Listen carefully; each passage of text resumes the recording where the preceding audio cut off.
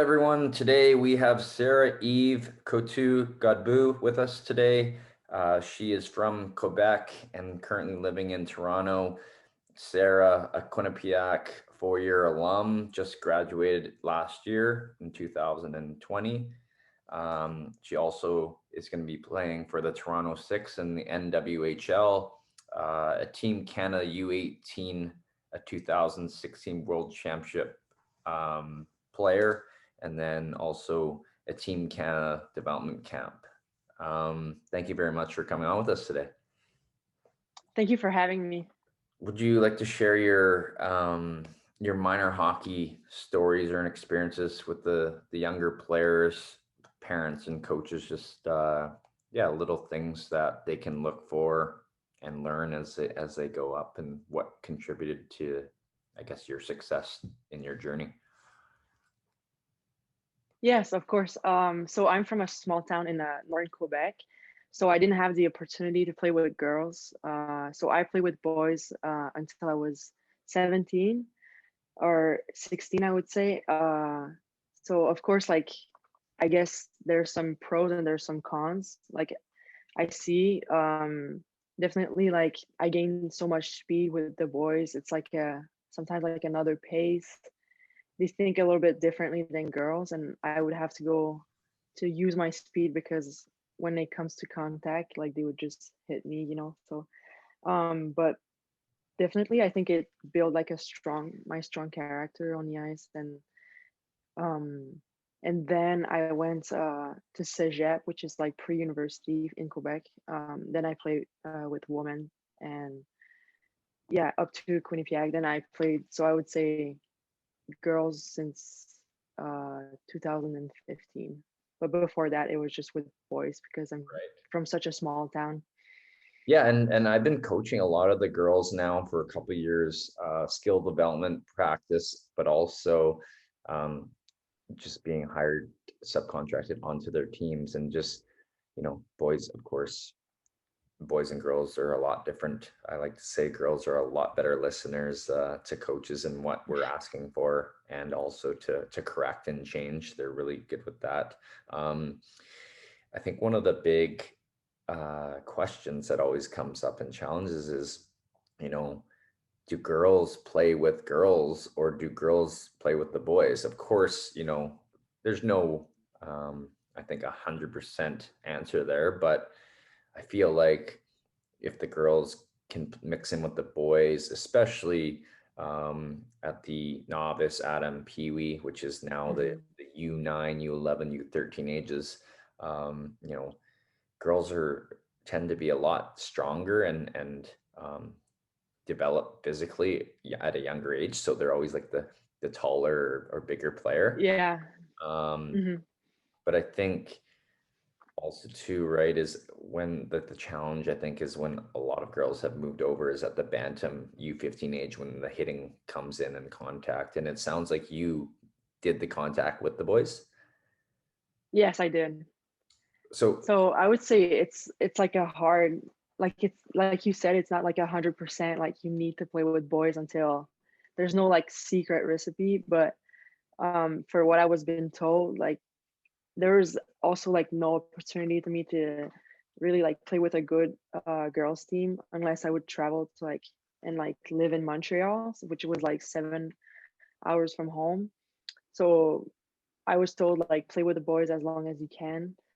um and I think it definitely like helped me personally, just because the boys are just so a little bit more competitive, and if they don't want to get like, let's say for a drill, they don't want to lose against a girl, right? So I would always have to have like this chip on my shoulder, kind of like I could be as good or better than them. And it and of course, like I know a lot of good women player right now that played with girls since a young age, and they are super good. So it's like I guess it's up to sometimes the parents where you live, and of course contact is like a huge deal. Like sometimes it could be scary if you're not like strong enough or sure. fast enough to play with.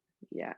For sure. So on that answer, there's physically, right? Like I know the girls can grow early and even are stronger some of the boys. But when you get to bantam hockey, you are dealing with some of the boys, some of them that are man, the boys like to call them man Hmm. counts.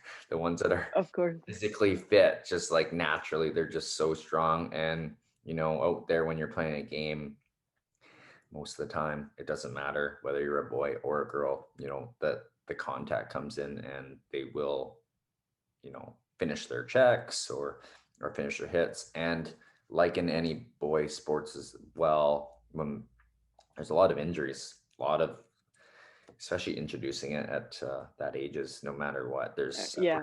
shoulders, there's concussions, there's a lot of like Concussion. back injuries, there's different injuries, right? And that's the one area that gets a little touchy, not only with girls but the boys. And you want it, safety kind of thing first, because if you do get seriously injured, then that there goes kind of a part of your future and your life, but also your hockey career. Like if it's over, there's Yeah, like a chance to go higher. Yeah, exactly. Oh, you're so. right on that.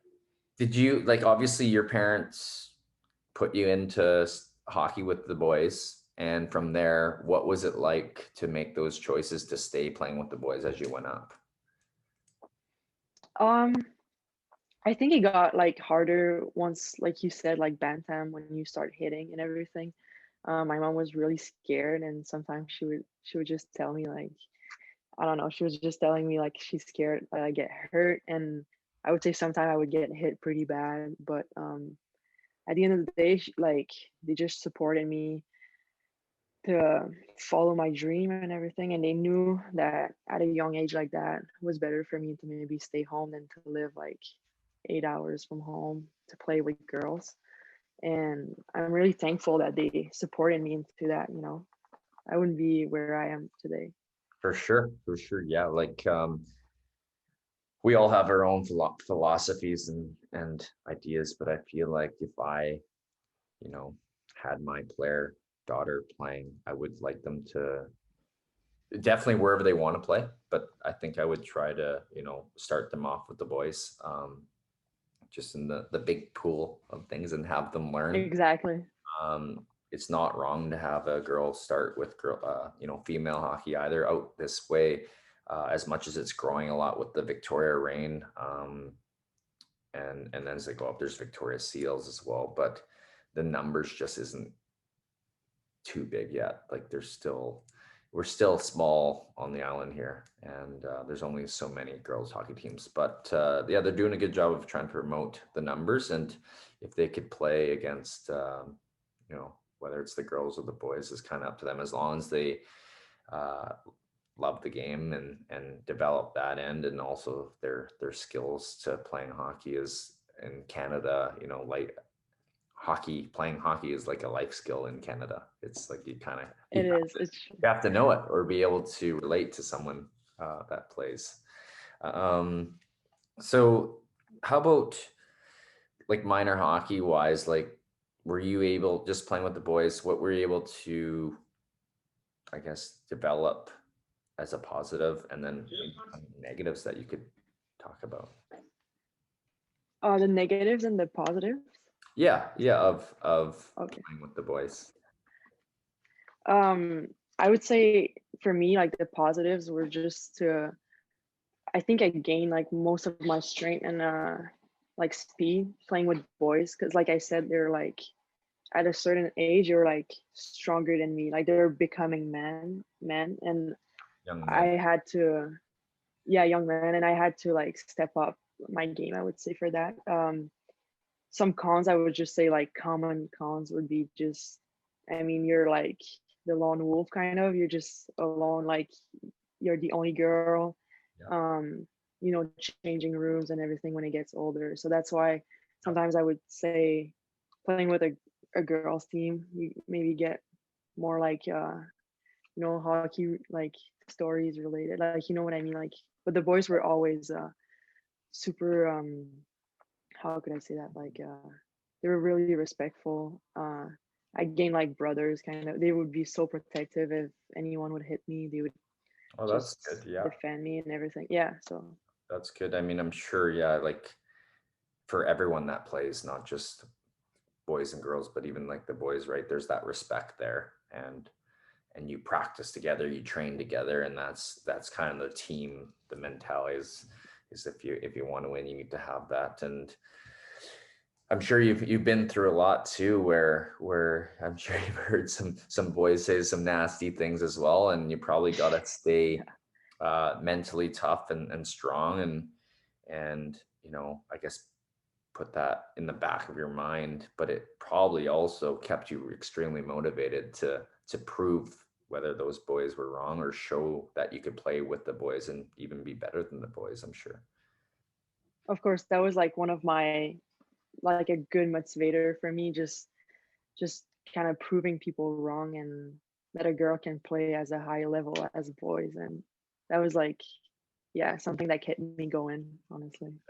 Yeah, it's funny once it's hard to even think back now that like with the coaching side and the playing side, because like, we play this funny game of hockey where you got to score a goal, but also chase a puck around the ice, which is kind of interesting. But, it's just the looking back of why we do it, as much as it's fun, but like there's so many motivating things that when someone doesn't think you're a good hockey player, doesn't think you're very athletic, you're like, okay, well, it's a mind thing, right? And you're just always trying to prove someone out there wrong, I guess.